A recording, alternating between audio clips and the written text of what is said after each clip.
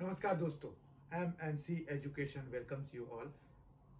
M&C education में आप सबों का बहुत बहुत स्वागत। आज के इस क्लास में हम कैलेंडर करने जा रहे हैं। कैलेंडर क्या होता है वो देखेंगे। एक्चुअली ये आपको रीजनिंग में, वर्बल रीजनिंग की तैयारी में हेल्प करेगा, क्योंकि जब आप पेपर देते हैं और रीजनिंग सेक्शन जब आप अटेम्प्ट करते हैं तो उसमें आपको प्रायः ही एक क्वेश्चन कैलेंडर बेस्ड मिल जाता है।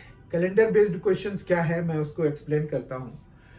कैलेंडर बेस्ड क्वेश्चन होता है जिसमें कि आपको ये पूछते हैं कि अगर कोई एक डेट को मंडे था तो कुछ दिन के बाद आपको पूछते हैं कि इस दिन क्या डे होगा। तो ऐसे क्वेश्चंस आपने भी देखे होंगे। और थोड़ा अगर हम ट्रेडिशनली करने लग जाएं, कैलकुलेट करने लग जाएं, तो अगर 10-12 दिन, 15 दिन, 14 दिन की बात हो तो फिर तो हम एग्जैक्ट आंसर इजीली निकाल लेंगे, कम ही समय में निकाल लेंगे। पर अगर साल 6 महीने की बात हो जाती है तो फिर हम उतना आसानी से उसमें कैलकुलेट नहीं कर पाते हैं। और चूंकि आपको जो ऑप्शंस उसमें दिए होते हैं वो बहुत ही क्लोज्ड होते हैं। जैसे डेज के नाम अगर देंगे कि भाई उस दिन जो है ट्यूसडे था, हमारा करेक्ट आंसर फ्राइडे होगा, तो वो जो है वेडनेसडे, थर्सडे, फ्राइडे, सैटरडे। अगर 5 ऑप्शंस वाले होंगे तो आपको संडे भी दे देंगे, या फिर और ट्रिकी बनाने के लिए उसमें से एक ऑप्शन आपको नन ऑफ दीज वाला दे देंगे। तो ये बड़ा मतलब कंफ्यूजिंग सा बन जाता है। और उसमें अगर एक दिन का भी इधर उधर होता है तो हमारा आंसर गलत हो जाएगा। इसीलिए इसमें कॉशियस रहने की जरूरत है, डरने की जरूरत नहीं है। डर के कोई भी काम नहीं होना है। आप डरिए नहीं, आप अपना कंसेप्ट क्लियर रखें। आप जो कर रहे हैं वो उसको अच्छे से करें ताकि कोई मिस्टेक ना हो। आपने जैसे अगर जो भी सीखा है कंसेप्ट, तो उसको लगा के प्रैक्टिस करें और उस के एप्लीकेशंस को सीखें कि वो और कहां पर लगाए जा सकते हैं। तो इस तरह से आपकी तैयारी पक्की होगी।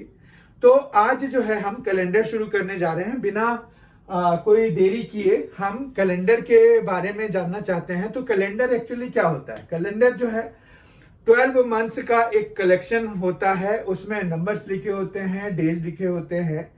तो जैसे 2021 का ही कैलेंडर, मतलब करंट ईयर का ही कैलेंडर लीजिए। आपने सबने देखा है कैलेंडर हमारे पास होता है। तो उसमें जो है क्या होते हैं, वीक लिखे होते हैं, उसमें वीक के डेज लिखे होते हैं, संडे, मंडे, ट्यूसडे, वेडनेसडे, ऐसे। और नीचे डेट्स लिखे होते हैं जिस दिन वो पड़ता है। ठीक है।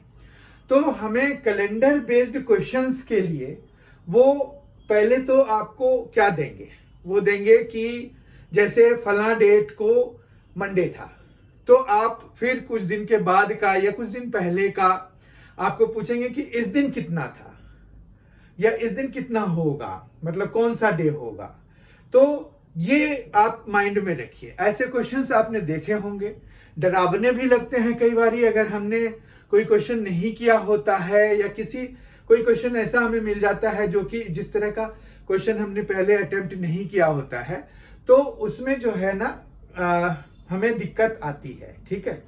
तो हमें जो है कैलेंडर का कुछ कंसेप्ट सीखने की जरूरत होगी। उसमें जो सबसे पहले जो आता है कैलेंडर के कंसेप्ट में, सबसे पहला जो आता है वो होता है ऑड डेज। अब ये ऑड डेज क्या है? ऑड डेज जैसे आपके पास कोई नंबर ऑफ डेज है, जैसे मान रखिए 2 डेट्स के बीच में आपको पूछा गया है कि फला डे मंडे है और फला डे क्या होगा, तो उसके नंबर ऑफ डेज हम उनके बीच में निकाल लेंगे कि कितने हैं। तो उसको फिर हम 7 से जब डिवाइड कराते हैं तो हमारे पास जो रिमाइंडर बचता है वो हमारा ऑड डेज होता है। ठीक है। मतलब अगर मान रखिए कि आपको जो भी 2 डेट्स दिए हुए हैं, उन 2 डेट्स के बीच में 100 डेज थी। ठीक है। तो 100 डेज अगर हैं मान रखिए, तो इसको 7 से हम डिवाइड कराएंगे। ठीक है।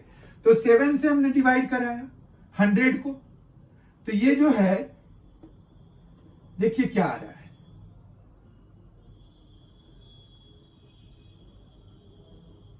ये जो 2 रिमाइंडर आया ना, ये 2 जो रिमाइंडर है यही है ऑड डेज, ठीक है। और ऑड डेज के बेसिस पर ही हम पता कर लेते हैं कि जो अगला डेट जो हमें दिया हुआ है वो उस डेट को कौन सा दिन होगा, ठीक है। तो ऑड डेज कैसे निकालते हैं ये पता चल गया।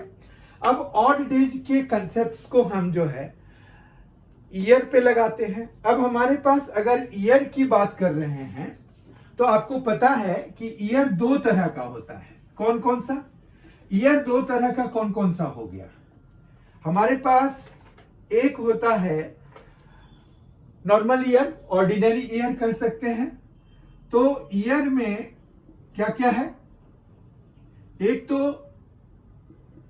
ऑर्डिनरी ईयर और दूसरा होता है लीप ईयर, ठीक है। एक कोई ऑर्डिनरी ईयर जो होता है, ऑर्डिनरी ईयर कितने दिन का होता है?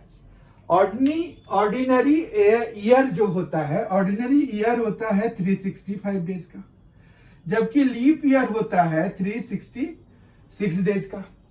ये हर एक 4 इयर्स के बाद आता है, ऐसा हमें पता है।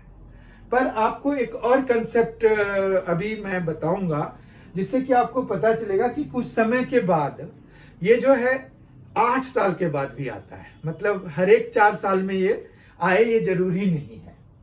उसका कंसेप्ट ये है कि आपको कोई भी ईयर अगर पता करना है कि वो जो है लीप ईयर है कि नहीं है, तो उसके लिए 2 टेस्ट होते हैं, ठीक है। 2 टेस्ट कौन कौन से होते हैं कि जैसे हमारे पास ये जो है 1996 है मान रखिए, तो हम इसको 4 से डिवाइड कराएंगे।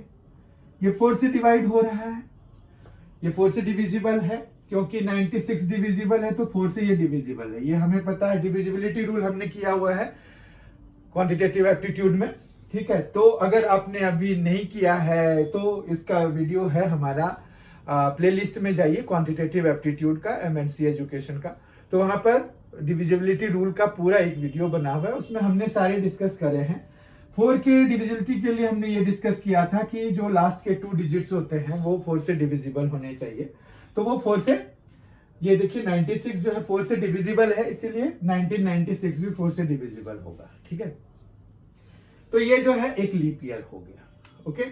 तो इसको लीप ईयर हमने, मतलब ये लीप ईयर है, इसमें कोई क्वेश्चन नहीं है, ठीक है। अब जो है मान रखिए हमने ले लिया 1900 जो है ये लीप ईयर है कि नहीं है, ये अगर हमें पता करना है तो लीप ईयर के लिए जब हम पता करने जा रहे हैं तो ये चूंकि 100 से डिविजिबल है तो हमें जो है ये 4 से डिविजिबल तो होगा ही, 2 जीरोस हैं तो 4 से डिविजिबल तो है, ठीक है। डिविजिबिलिटी बाय 4 इज ओके है, ठीक है। लेकिन साथ में ये 400 से भी डिविजिबल होना चाहिए, तब जाके ये लीप ईयर होगा। तो चूंकि ये 400 से नहीं है इसीलिए ये नॉट अ लीप ईयर, ठीक है। नॉट अ लीप ईयर कहिए, या फिर ये जो है क्या है, ये एक ऑर्डिनरी ईयर हो जाएगा, ऑर्डिनरी ईयर हो जाएगा ये, ठीक है। इतना समझ में आ गया आपको? तो मतलब ये है कि जो 100 वाले हैं, मतलब 100, 200, 300, 400, तो 100 नहीं था हमारा लीप ईयर, 200 भी नहीं था, 300 भी नहीं था, 400 सीधा था, ठीक है। तो इसका मतलब यह है कि जो 100 से डिविजिबल हो रहे हैं अगर, तो वो जो है 400 से डिविजिबल होना चाहिए, तब जाके उसको हम लीप ईयर सपोज करेंगे। मतलब 1900 was not a leap year. इतना समझ में आ गया? कोई दिक्कत नहीं है। तो लीप ईयर का कंसेप्ट समझ में आ गया, ऑर्डिनरी ईयर का समझ में आ गया। अब हम आते हैं कि 365 डेज है, जैसे ऑर्डिनरी ईयर में हमारे पास 365 डेज होते हैं, तो उसमें जो है ऑड डेज कितने होंगे, नंबर ऑफ ऑड डेज कितने होंगे 365 वाले में। तो 365 को अगर आप 7 से डिवाइड कराएंगे तो आपके पास यहां पर 52 आएगा कोशेंट, ठीक है। और रिमाइंडर आएगा 1, राइट। जबकि 366 में क्या आएगा, 52 तो आएगा ही, ये क्वोशंट आएगा, जबकि 2 यहां पर रिमाइंडर आएगा, ठीक है। तो ये कब हो रहा है, 7 से जब हम डिवाइड कर रहे हैं, तो मतलब यहां पर जो है नंबर ऑफ ऑड डेज कितने हो गए, 1। यहां पर नंबर ऑफ ऑड डेज कितने हैं, 2। यहां पर नंबर ऑफ ऑड डेज कितना हो गया, 1 हो गया। यहां पर 2 ऑड डेज हो गए। तो लीप ईयर में नंबर ऑफ ऑड डेज 2 और ऑर्डिनरी ईयर में ऑड डेज 1 है, ठीक है। इतना समझ में आ गया कि ऑड डेज हम कैसे कैलकुलेट करते हैं for an ordinary year and for a leap year, ठीक है। यहां पर लीप ईयर के लिए ये 2 होगा, कोई दिक्कत नहीं है। ऑड डेज का कंसेप्ट आपको क्लियर हो गया होगा। अब जो है हम थोड़ा इसमें और आगे बढ़ते हैं। लीप ईयर का कंसेप्ट समझ में आ गया आपको। लीप ईयर का एग्जांपल अगर हम देखें तो क्या हो सकता है, लीप ईयर कौन कौन से हो सकते हैं, जैसे हमारे पास every 4 year is a leap year, right. तो हमारे पास जो है यहाँ पर जैसे 2000 की बात करें तो 2000 लीप ईयर था, क्योंकि ये जो है सेंचुरी है और ये 400 से भी डिविजिबल है, तो 4 से भी डिविजिबल है। तो हमारे पास 2000 तो हो गया, 2004 हो गया, ठीक है। इसी तरह से 2008 हो गया, 2012 हो जाएगा, ठीक है। अब जो है अगर हम ऑर्डिनरी ईयर की बात करें तो ऑर्डिनरी ईयर का क्या हो जाएगा, ऑर्डिनरी ईयर्स का एग्जांपल हम देखें अगर, तो हमारे पास जैसे 2001 है, ठीक है, 2002 है, 2003 है, 2005 है, ठीक है। इवन 1900 या 1700 ये सभी जो है ऑर्डिनरी ईयर्स हैं या नॉन लीप ईयर्स हैं। या इसमें जैसे देखिए तो आपके पास जो है और कौन सा हो जाएगा, 1600 जो है वो हमारा लीप ईयर था। इसी तरह से हमारे पास 1200 लीप ईयर हुआ था। तो इस तरह से हम जो है लीप ईयर्स और ऑर्डिनरी ईयर्स के एग्जाम्पल्स देख सकते हैं। तो ये जो है हमारे पास ऐसे आते हैं, ठीक है। अब जो है हम देखते हैं कि किसी भी 400 के स्पैन में कितने ऑड डेज हमें बनते हैं, ठीक है। सबसे पहले हम देखेंगे कि अगर हमारे पास 100 ईयर्स का एक स्पैन दिया हुआ है, मतलब 100 ईयर्स का टाइम पीरियड है, तो उसमें नंबर ऑफ ऑड डेज कितने हैं ये हम पहले पता कर लेते हैं, ठीक है। तो हम जो है जैसे 100 ईयर की बात करें, 100 ईयर हमने अभी ऑर्डिनरी ईयर और लीप ईयर में देख लिए कि कितने ऑड डेज होते हैं। अब 100 ईयर्स के स्पैन में हम देखते हैं कि नंबर ऑफ ऑड डेज कितने होंगे, ठीक है। तो यहां पर अगर 100 ईयर्स है तो आप देखिए कि इसमें जो है कितने ऑर्डिनरी ईयर्स होंगे, 76, ठीक है। और 24 जो होंगे वो हमारे पास क्या होगा, वो होगा लीप ईयर, ठीक है। तो ये ऑर्डिनरी ईयर है और ये लीप ईयर है। ओ से हमने ऑर्डिनरी ईयर्स को डिनोट कर दिया और एल से हमने लीप ईयर को डिनोट कर दिया, कोई दिक्कत नहीं है। अब ऑर्डिनरी ईयर में हमने देखा था अभी कि जो नंबर ऑफ ऑड डेज हैं वो 1 है, ठीक है। और जबकि लीप ईयर में नंबर ऑफ ऑड डेज होते हैं 2, ठीक है। तो इस तरह से नंबर ऑफ ऑड डेज जो है यहां पर कितना कितना हो जाएगा, ये हो जाएगा 76, जबकि ये हो जाएगा 48, कुल मिला के हो जाएगा 124। अब इसको नंबर ऑफ ऑड डेज पता करने के लिए 7 से डिवाइड करना पड़ेगा। 7 से डिवाइड कराएंगे तो हमारे पास बस रिमाइंडर का पता करना है। तो हम जो है यहाँ जैसे 7 1 ठीक है, तो यहाँ पर कितना आ जाएगा 5, 54 आ जाएगा। 7 7 49 हो गया, तो 17 तो क्वोशिएंट आया, ठीक है। तो रिमाइंडर कितना आया, रिमाइंडर आया 5, यानी कि एक 100 ईयर्स के स्पैन में कितने ऑड डेज हैं, तो 5 ऑड डेज हैं, ठीक है। ये 5 ऑड डेज हमें निकले। ओके, इतना समझ में आ गया। अब जो है हम 200 के स्पैन में अगर इसी तरह से देखेंगे तो 200 के स्पैन में कितना हो जाएगा, 200 ईयर्स के स्पैन में कितना हो जाएगा नंबर ऑफ ऑड डेज, तो ये हो जाएगा 5 2 10। अब 10 जो है 7 से बड़ा है, तो हमें नंबर ऑफ ऑड डेज निकालने के लिए इसको डिवाइड कराना पड़ेगा 7 से, तो हमें जो है यहाँ पर 3 जो है ऑड डेज मिलेंगे, ठीक है। इतना समझ में आ गया।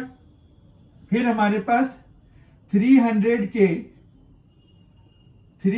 के स्पैन में जो है हमारे पास कितना मिलेगा, तो 300 ईयर्स के स्पैन में अब 15 हो जाएगा नंबर ऑफ ऑड डेज। अगर हम 5 का सीधा सीधा हिसाब लगाएं तो 5 इंटू 3 तो 15 हो जाएगा, तो 15। और अब जो है डिवाइड कराएंगे अगर हम 7 से, तो हमारे पास यहाँ पर ऑड डेज कितने आ रहे हैं, 1, ठीक है, रिमाइंडर 1 आ रहा है।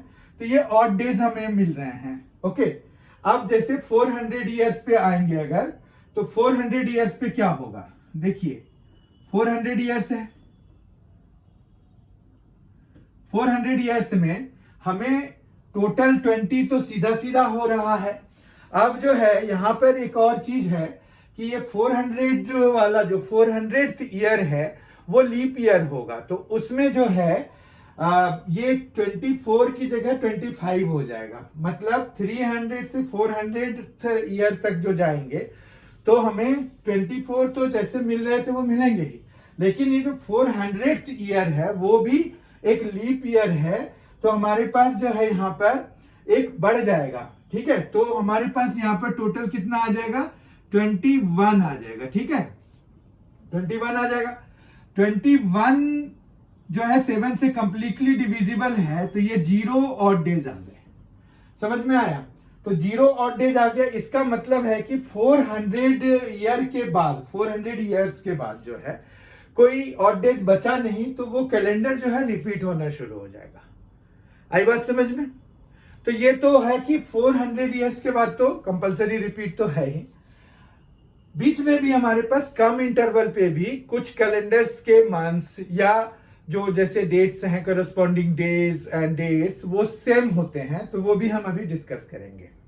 अब हम देखते हैं कि जैसे ऑड डेज हमें जो बच रहे हैं, तो उसके लिए वीक में जो डेज हैं वो क्या क्या करस्पॉन्ड करते हैं, डेज और यहां पर ऑड डेज, जैसे ऑड डेज हम ले लेते हैं, ऑड डेज, और यहां पर डे कि कौन सा डे उसको करस्पॉन्ड कर रहा है, ठीक है। तो अब जैसे मान रखिए कि हमारे पास यहां पर क्या क्या आ सकता है ऑड डेज में, 0 1 2 3 4 5 और 6। 7 से अगर हम किसी भी नंबर को डिवाइड कराएंगे तो रिमाइंडर हमें इन्हीं में से कोई आएगा, 0 से लेकर के 6 में से कोई आएगा, ठीक है। तो ये जो है हमारे पास यहाँ पर 0 जो है संडे को रिप्रेजेंट करता है, 1 मंडे को, 2 ट्यूसडे को, 3 वेडनेसडे को, 4 थर्सडे को, 5 जो है फ्राइडे को, और 6 जो है सैटरडे को रिप्रेजेंट करता है। अब हम देखते हैं सेम कैलेंडर कौन कौन से 2 ईयर्स के होंगे। देखिए सेम कैलेंडर्स में भी हम ऑड डेज का ही कंसेप्ट लगाएंगे। तो जो 2 ईयर्स अगर हमें दिए हुए हैं कंसीडर करने के लिए, अगर उनके जो बीच में जो ईयर्स पड़ रहे हैं उनके नंबर ऑफ ऑड डेज जो है सेम 7 के बराबर होते हैं, ठीक है, नंबर ऑफ ऑड डेज 7 के बराबर होते हैं, तो वो सेम कैलेंडर होंगे, प्रोवाइडेड कि दोनों या तो ऑर्डिनरी ईयर हो या दोनों लीप ईयर हो। अगर एक ऑर्डिनरी ईयर है एक लीप ईयर है तो दोनों के कैलेंडर जो है सेम होंगे, कब तक, 28 फेब तक, है ना। जैसे हम एक एग्जांपल लेते हैं, हम यहां पर ईयर ले लेते हैं 2000, 2001, 2002, 2003 और 2004। लेट अस सपोज हमने ये ले लिया, तो हमारे पास जो है नंबर ऑफ ऑड डेज की बात करें अगर, तो यहाँ पर नंबर ऑफ ऑड डेज क्या क्या है। इसमें चूंकि ये एक लीप ईयर है तो 0 ऑड डेज होंगे। हमने अभी डिस्कस किया था कि लीप ईयर में जो ये सेंचुरी वाला है ना हमारे पास, तो इसमें नंबर ऑफ ऑड डेज 0 हो जाते हैं, ठीक है। उसके बाद जो है इसमें नंबर ऑफ ऑड डेज 1 होगा, जबकि इसमें 2 होगा, इसमें भी 1 होगा, सॉरी।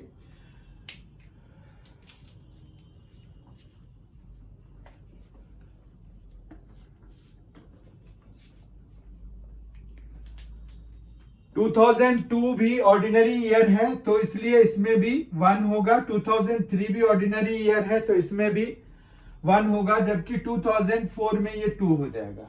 अब अगर हम इन सभी को ऐड कराएं तो जो है ये आ रहा है 5, ठीक है। तो ये 5 ऑड डेज आ गए। तो हम जो है और आगे बढ़ाते हैं, 2005 और 2006 भी इसमें ऐड करा देते हैं, ठीक है। तो 2005 और 2006 अगर हम इसमें ऐड कराएंगे तो हमारे पास जो है ये दोनों ही ऑर्डिनरी ईयर्स हैं। 2005 भी ऑर्डिनरी ईयर है तो 1 इसका और 1 इसका नंबर ऑफ ऑड डेज। चूंकि यहाँ पर 5 है तो टोटल हमारे पास कितने आ गए, 7 ऑड डेज हो गए। तो जो हमारा 2000 का कैलेंडर है वही 2006 का कैलेंडर होगा। लेकिन यहाँ पर देखिए 2000 क्या है, ये एक लीप ईयर है, ठीक है, जबकि ये एक ऑर्डिनरी ईयर है, ठीक है। तो लीप ईयर है, ऑर्डिनरी ईयर है, तो हमारे पास दोनों का सेम तो नहीं हो पाएगा। कब तक सेम होगा, मतलब जो कैलेंडर इनके सेम होंगे वो कहां तक सेम होंगे, calendar will be same up to कहां तक, 28 फेब तक, ठीक है। 28 फरवरी तक सेम कैलेंडर होंगे, बाकी आगे इसका सेम नहीं हो पाएगा, ठीक है। एक तो ये कंसेप्ट आपको समझने की जरूरत है। अब देखिए अगर आपके पास जो है ऑर्डिनरी ईयर्स हैं, ठीक है, तो हम जो है इस तरह से निकाल लेते हैं। जब आपके पास 2 लीप ईयर्स का पता करना है तो उसमें 28 ऐड करना पड़ेगा आपको।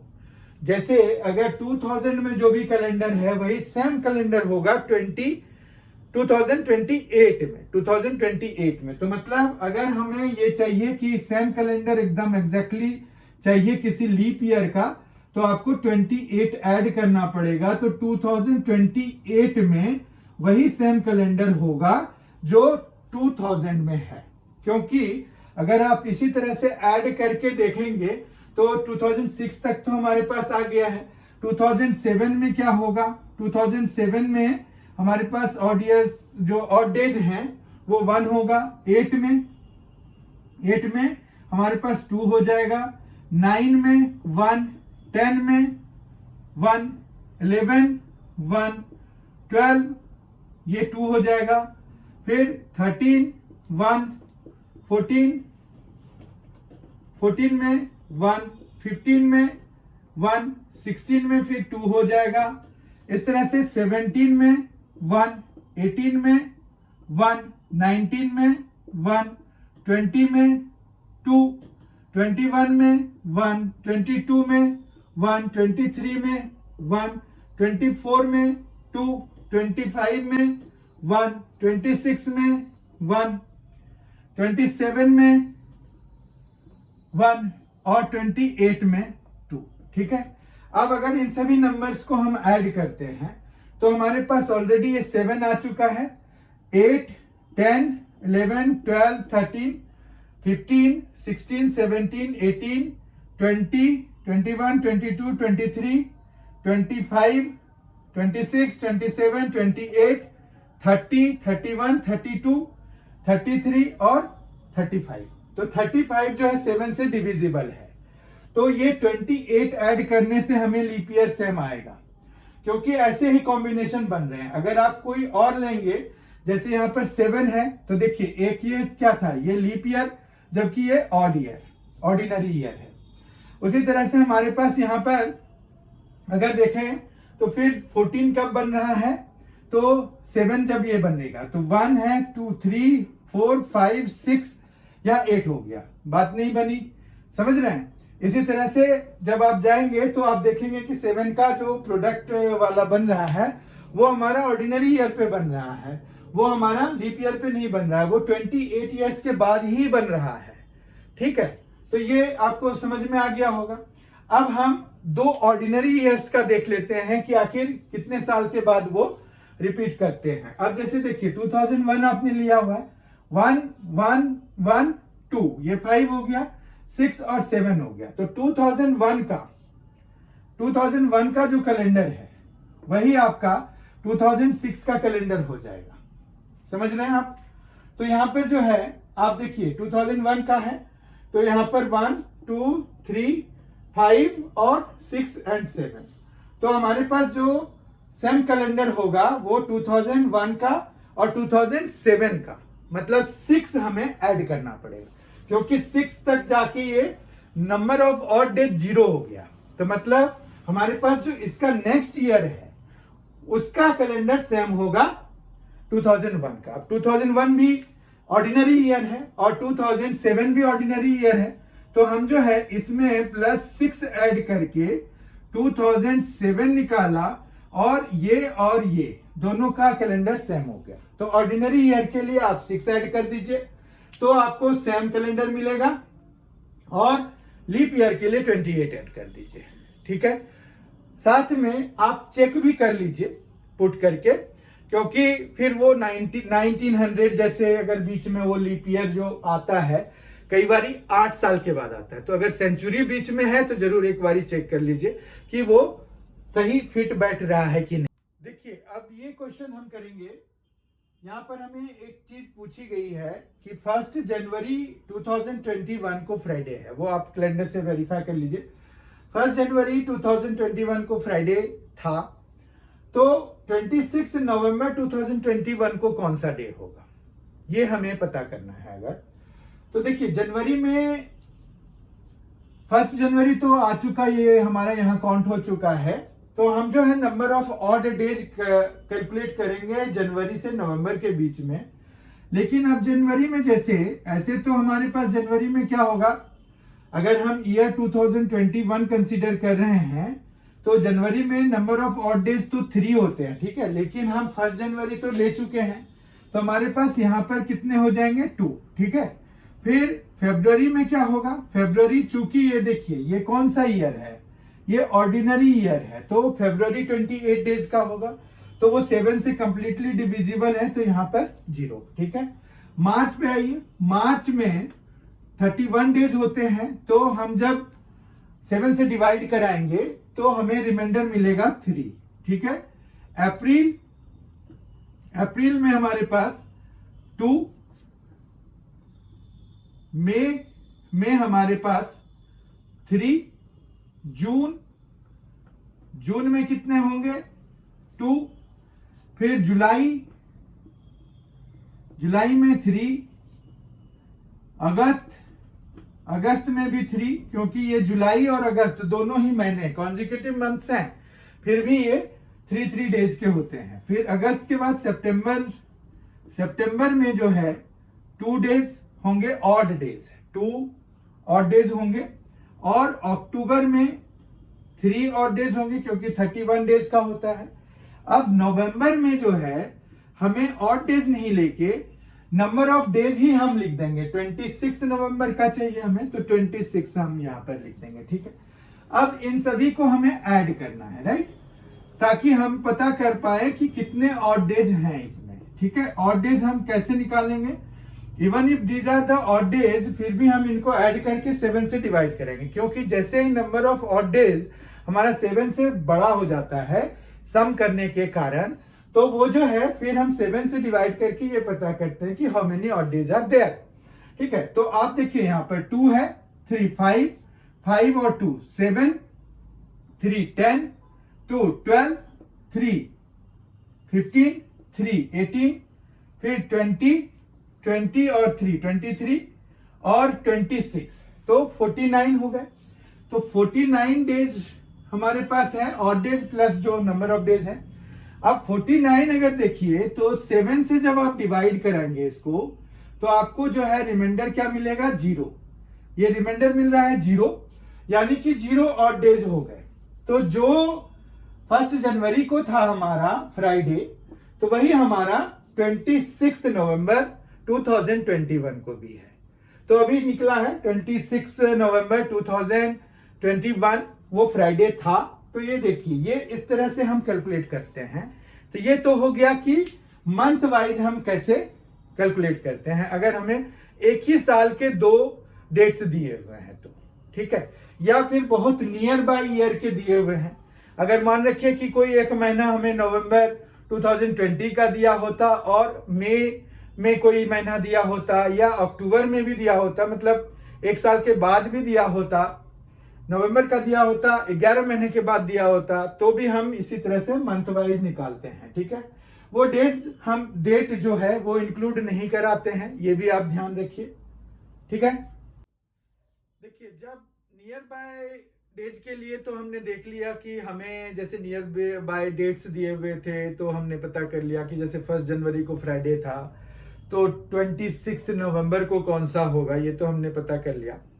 अब जो है हम नंबर ऑफ ऑड डेज के कंसेप्ट के बेसिस पर ही सारे सॉल्व करते हैं। जो भी कैलेंडर का है वो नंबर ऑफ ऑड डेज के बेसिस पर ही सॉल्व होंगे, ये आप निश्चिंत हो जाइए इस बात से, ठीक है। तो नंबर ऑफ ऑड डेज पे आपको कमांड करने की जरूरत है।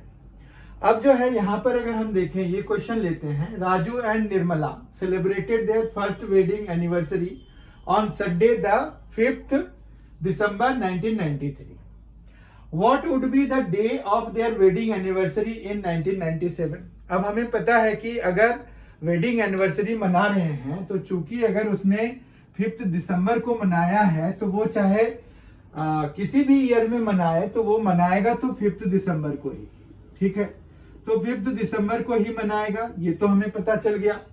अब जो है हमें चूंकि यहाँ पर ईयर इन्वॉल्व है तो हम मंथ का नहीं ईयर का करेंगे। ऑड डेज हमें जैसे अगर हमारे पास मान रखिए कि ज्यादा दूर के समय का है तो हम सेंचुरीज का भी कंसीडर करेंगे अगर हमें ऐसा पूछा जाएगा तो हम जो है यहाँ पर अभी क्या कंसीडर करेंगे कि भाई ईयर में, तो हमारे पास 93 है जैसे, तो कौन कौन सा ईयर आएगा बीच में, 94 आएगा, ठीक है। 94, फिर 95, फिर 96 और लास्ट में 97, क्योंकि 97 तक का हमें निकालना है। तो अगर हम देखें तो 93 भी इसमें आएगा क्योंकि 93 भी है ना हमारे पास, तो 93 भी आएगा, 93 से लेके 97 तक। अब ऑड डेज हम काउंट करना शुरू करते हैं, तो यहां पर कितना है, 1 है।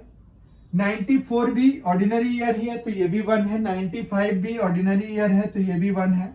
ये जो है 2 हो जाएगा। और 97 जो है वो हमारे पास, चूंकि हम लास्ट तक तो जा नहीं रहे हैं तो हम जो है 96 तक का ही कंसीडर करते हैं।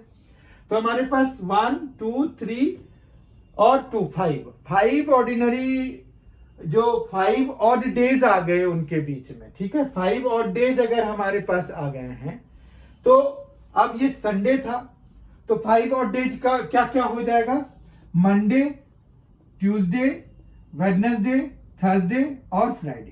तो ये फ्राइडे को 97 में उनका एनिवर्सरी होगा, ठीक है। तो इट विल बी फ्राइडे। समझ में आया, यही हमारा आंसर हो जाएगा। क्लियर है। हमने 97 क्यों नहीं किया, हम जो है 93 का number of odd days consider कर रहे हैं और चूंकि ये 97 तो खत्म नहीं होगा, 5 दिसंबर तक ही जाना है हमें, तो इसीलिए हम जो है यहां पर सिर्फ 96 तक कंसीडर करेंगे और हमारा आंसर आ जाएगा। आई होप आपको ये सारी चीजें समझ में आ गई होंगी। ऑड डेज कितना इंपॉर्टेंट है ये भी समझ में आ गया होगा। तो आज के क्लास में हमने जो है ऑर्डिनरी ईयर्स, लीप ईयर्स के बारे में जाना और कैलेंडर के बेसिस पर जो क्वेश्चंस पूछे जाते हैं एसएससीज में, रेलवेज में, बैंकिंग में या वेरियस कॉम्पिटिटिव एग्जामिनेशंस में, तो उसको हम नंबर ऑफ ऑड डेज के बेसिस पर कैसे सॉल्व करते हैं वो सीखा। उससे पहले हमने सीखा कि नंबर ऑफ ऑड डेज हम किसी भी गिवन नंबर ऑफ डेज में कैसे देखते हैं, और ऑड डेज क्या क्या रिप्रेजेंट करते हैं वो भी देखा हमने। कब कोई भी कैलेंडर का जो डेट्स और डेज है कब सेम टू सेम रिपीट होंगे। जैसे हमने देखा कि 28 अगर हम किसी भी लीप ईयर में ऐड कर देंगे तो वो जो है सेम टू सेम हमारे पास रिपीट हो जाता है, प्रोवाइडेड कि हमारे पास जो है सेंचुरीज उनके बीच में नहीं आया हो, वैसा सेंचुरी जो कि ऑर्डिनरी ईयर बन रहा हो। ऑर्डिनरी ईयर तो इसीलिए थोड़ा सा बच के चलने की जरूरत है। आप जो है एक बार ही कंफर्म कर लिया कीजिए कि कैलकुलेट करके भी, ठीक है। तो यहाँ पर यह है कि अगर सेंचुरीज, ऐसे सेंचुरीज इन्वॉल्व हैं जो कि ऑर्डिनरी ईयर हैं, तो उसमें जो है थोड़ा कैलकुलेशन के लिए हमें कॉशियस रहने की जरूरत है। तो ऑड डेज कितना इंपॉर्टेंट है ये हमने देख लिया कैलेंडर के लिए। इस आज के सेशन को अगर आपने ध्यान से देखा होगा और अगर अच्छी तरह से समझ गए होंगे तो आप कैलेंडर का कोई भी क्वेश्चन मिस नहीं करने जा रहे हैं, चाहे वो नियर बाय डेज के बारे में हो, नियर बाय डेट्स के बारे में पूछा गया हो, या फिर आपको जो है वो साल के डिफरेंस पर पूछा गया हो, 2 साल के डिफरेंस पे पूछा गया हो, मतलब वर्षों के डिफरेंसेस पे भी पूछा जाए अगर, तो आप उसको भी आराम से अटेम्प्ट कर पाएंगे। I hope you have enjoyed today's session. बहुत ही अच्छा लगा होगा। अगर अच्छा लगा है तो एक लाइक आप जरूर कर दीजिए, और MNC एजुकेशन को अगर आपने अभी तक सब्सक्राइब नहीं किया है तो आप जरूर कर दीजिए, क्योंकि वहां पर आपको क्वांटिटेटिव एप्टीट्यूड का और रीजनिंग का वीडियोज बहुत ही रेगुलर इंटरवल पे आता है। साथ ही 11th और 12th में जो भी, अगर आपके दोस्त वगैरह या कोई रिलेटिव अगर 11th और 12th की क्लास में हैं तो उनको मैथ्स के लिए आप सजेस्ट कर सकते हैं। वहाँ पर जो है मैथ्स की भी तैयारी कराई जाती है, CBSE की भी तैयारी कराई जाती है और स्टेट बोर्ड्स की भी तैयारी कराई जाती है। तो आप उन्हें भी रिकमेंड कर सकते हैं, वीडियोस शेयर कर सकते हैं, और आप सब्सक्राइब कर सकते हैं अगर अभी तक नहीं किया है। और आप जो है प्लेलिस्ट को जरूर देखिए, बहुत सारे प्लेलिस्ट बने हुए हैं, तो आप उन सभी प्लेलिस्ट को देखिए, और जो है उसमें आपके यूज का जो है आप जरूर देखिए, ये आपके बेनिफिट के लिए है। बहुत ही जल्द हम रीजनिंग के अगले वीडियोस के साथ मिलेंगे, क्वांटिटेटिव एप्टीट्यूड के अगले वीडियोस के साथ मिलेंगे, और 11th-12th का तो जो चल रहा है वो तो चलेगा ही।